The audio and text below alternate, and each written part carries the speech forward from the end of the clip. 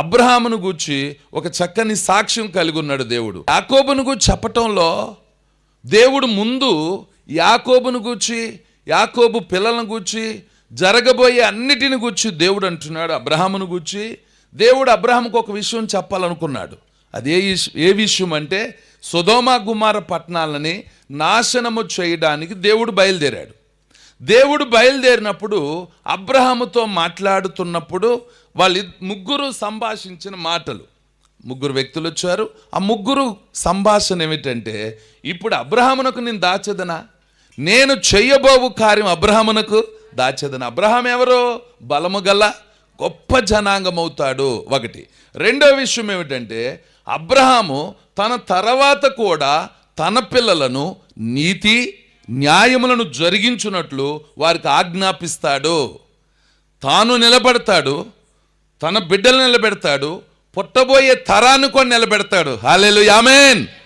ఎంత గొప్ప సాక్ష్యం అండి. మనం నిలబడతాం లేదో మనకే తెలియదు.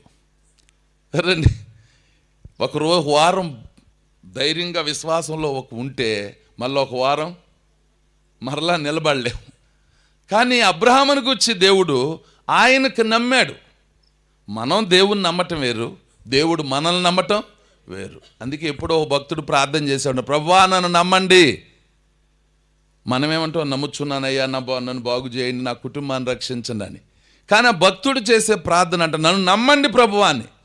కనుక మనము దేవుని నమ్మాలి, దేవుడు మనల్ని నమ్మాలి. అబ్రహామును దేవుడు నమ్మాడు.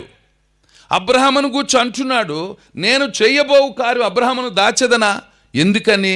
అబ్రహాము బలము కలిగిన గొప్ప జనాంగం అవుతాడు.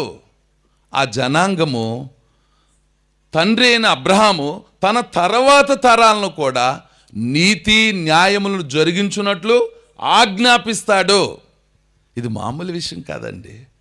మనం కళ్ళ ముందే మన పిల్లలు మన మాట వినరు, చెప్పింది చేయరు. కానీ రేకాబు మాట తన తర్వాత తరాలు కూడా మాట కట్టుబడ్డారు అంటే ఎంత భక్తి గలవారు, ఎంత విధేయులు, ఎంత మంచివారు అనేదే వాస్తవం. ఆమేన్. ఇప్పుడు అబ్రహామును గురించి దేవుడు అంటున్నాడు, నేను అబ్రహామును ఎరుగుదును. ఏమిటంటే తన తర్వాత తరాన్ని కూడా ఏం చేస్తాడు? నీతి న్యాయములను జరిగించున్నట్లు అతడు ఆజ్ఞాపిస్తాడని నేను ఎరుగుదును. సరే, అతడు ఆజ్ఞాపిస్తాడని నేను ఎరుగుదును. దేవుడు ఎరిగాడు అబ్రహాముని.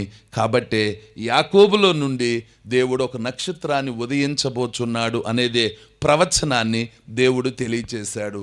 ఆ ప్రవచనములో యాకోబును మోసగాడైనప్పటికీ దేవుడు తన జీవితమును ఒప్పుకోవడం ద్వారా, దిద్దుకోవడం ద్వారా, సరిచేసుకోవడం ద్వారా అతడు ఒక నక్షత్రంగా మార్చబడ్డాడు. ఆయన మార్చబట్టమే కాదు, తనకున్న 12 మందిని కూడా దేవుడు ఏం చేశాడంటే 12 నక్షత్రాలుగా దేవుడు యేసేపుకు చూపించాడు. ఆమేన్. సరేండి, మనం ఉండటమే కాదు, మన పిల్లలు, మన తర్వాత తరం కూడా దేవుల్లో నిలిచి ఉండాలి. ఆమేన్.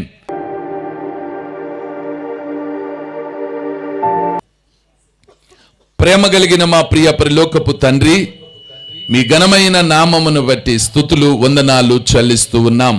మీ కొరకు ప్రకాశించే నక్షత్రాలుగా నాయనా, మీకోసము నిలబడే నక్షత్రాలుగా, మీకోసము ప్రకాశించేవారిగా ఉండాలి, మీకోసం నడిచేవారిగా ఉండాలి, మీకోసం నిలిచేవారిగా ఉండాలి, మీ రాకడలో ఎత్తబడేవారిగా యుగయుగాలు ఉండే కృప దయచేయండి నాయన.